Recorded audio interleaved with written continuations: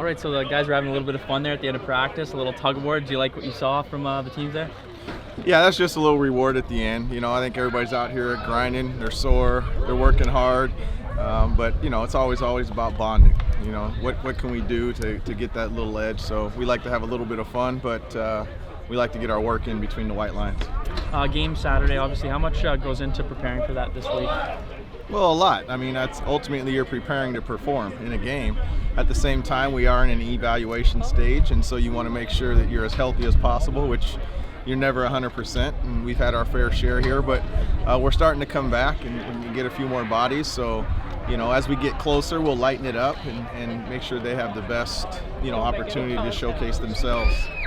Jamal Roll announces retirement. What can you give me on his time here in Hamilton as a player and as a person? Well, it'd have to be a half-hour program.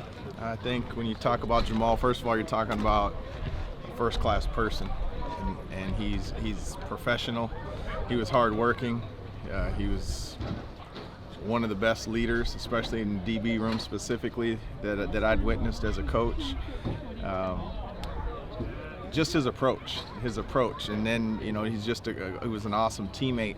And like I said, I could get into a bunch of details and specifics, but I think if you went around and you spoke to other people who were in the locker room with him, or people that had the opportunity to coach him, I'm sure they would echo a lot of the same sentiments.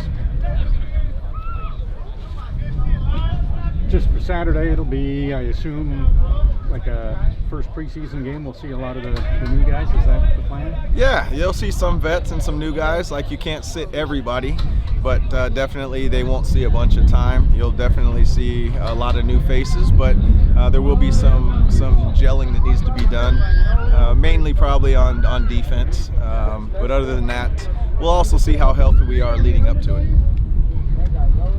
Speaking of healthy, some of the injuries in the receiving core have allowed guys like Bayless and McGriff to get some action here. What have you seen out of those two particularly? Well, just that, that they've been paying attention in the back of the lines. That's really what I've seen, is that it hasn't been too big for them.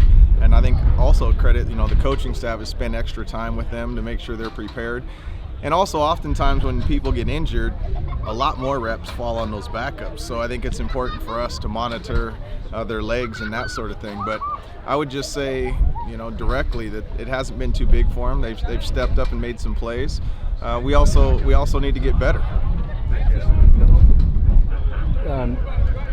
Your quarterback's been known, as recognized as a guy who can get rid of the ball quickly. But you've got at least three really big type of guys. I mean, Duke, guys that we consider right there, Duke and Johnson, and then now McGriff. What does height do for you?